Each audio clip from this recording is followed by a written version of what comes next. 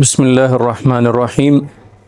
حضرت عائشہ رضی اللہ تعالی عنہ فرمائی کہ حضرت حبیب بن حارث رضی اللہ تعالی عنہ دا نبی کریم صلی الله علیه وسلم تراغی او نبی علیہ الصلوۃ والسلام ته عرض وکړو، اے دی الله رسوله انی رجل مقراف للذنوب، اے دی الله رسوله زه ډیر زیات ګناهګار انسان یم، لما چې ډیر ګناهونه کیږي، یعنی زه هغه کس یم چې هغه همیشه په ګناهو کې لت پاتې.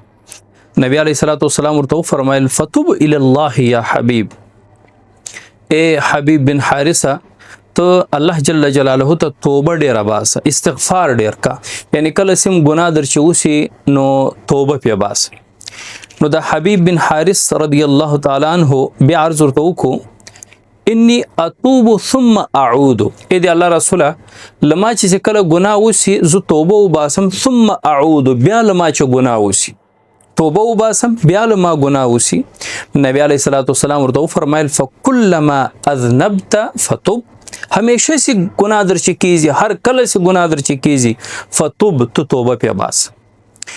نو حضرت حبیب بن حارث رضی الله تعالی عنہ عرض ورته وکړو، اذن تکثر ذنوبی، بیا د ما ګناه ډیر زیات شي، یعنی زه ګناه کم توبه پی باسم، ګناه کم توبه باسم، نو داسې خو د ما ګناه به ډیر زیات شي.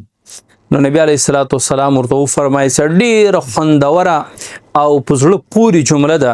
نبی علیہ الصلوۃ والسلام ورته فرمایل عفو الله اکثر من ذنوبک، اے حبیبه ته الله معاف کېده د تا تر ګناه ډیر زیات تا، ډیر لوړ دا، ډیر غټ. په دې حدیث کې موږ ته یو څو شیان د زده کولو یو لاره ده. اول دا چې کله هم لتا چې یو ګناه کیږي، یو بد عادت بد خصلت در کی، نو خپل شیخ، خپل مربی، خپل استاد او خپل یو نږدې عالم ته بیانوه. ځکه دا د نبی علیہ الصلوۃ والسلام صحابي او نبی علیہ الصلوۃ والسلام تراغی خپل ګناه ورته معاف ورته بیان کړه، خپل یو صفت شابد کیو، یو قبح شابد کیو، آی نبی علیہ الصلوۃ والسلام ته عرض کړه. نبی علیہ الصلوۃ والسلام د سينور ته ویل چې ته ډیر بیکار انسان یې، ته ډیر ګناهګار انسان یې، ګناویم کې راشه ماتم یې. د نبی علیہ الصلوۃ والسلام نور ته فرمایل، بلکې د نبی علیہ الصلوۃ والسلام هغه مبارک اخلاق چې نبی علیہ الصلوۃ والسلام ورته فرمایل چې توب الی الله، الله تعالی ته توبه وباس، چې کله ګناه در چې کیږي توبه باس. دور ته ویل چې ما چې بیا ګناه وشي، نبی علیہ الصلوۃ والسلام ورته فرمایي چې بیا توبه باس. دور ته ویل چې ما چې ډیر ګناه وکړي، نو نبی علیہ الصلوۃ والسلام ورته فرمایل چې د الله تعالی عفو، د الله تعالی معاف کېده دا د تا تر ګناه ډیر لوړ.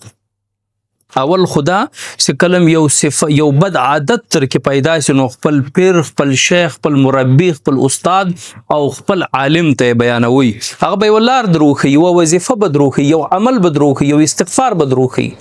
او دوم نمبر دا چې کله تاسې د چا د پاره یو مسیر یاستئ، یو پیر یاستئ، مربی یاستئ، شیخ یاستئ، استاد یاستئ، پلار یاستئ، یو د مسیرتوب الله جل جلاله یو عہده درکړې دا، تاسې ته څوک راشي او خپل یو کمزوري درته بیان کی، و ګناه درته بیان کی، نو تاسې ډیر په مینه او محبت سره یو د امید یو شمع ورته بلوي او ورته یایي چې وروره دا څه خبره نه ده، الله تعالی ډیر کریم ذات ته، له الله جل جلاله چې معافي وغواړه. الله تعالی د موږ ته بار بار د توبې کولو توفیق را نصیب کړي.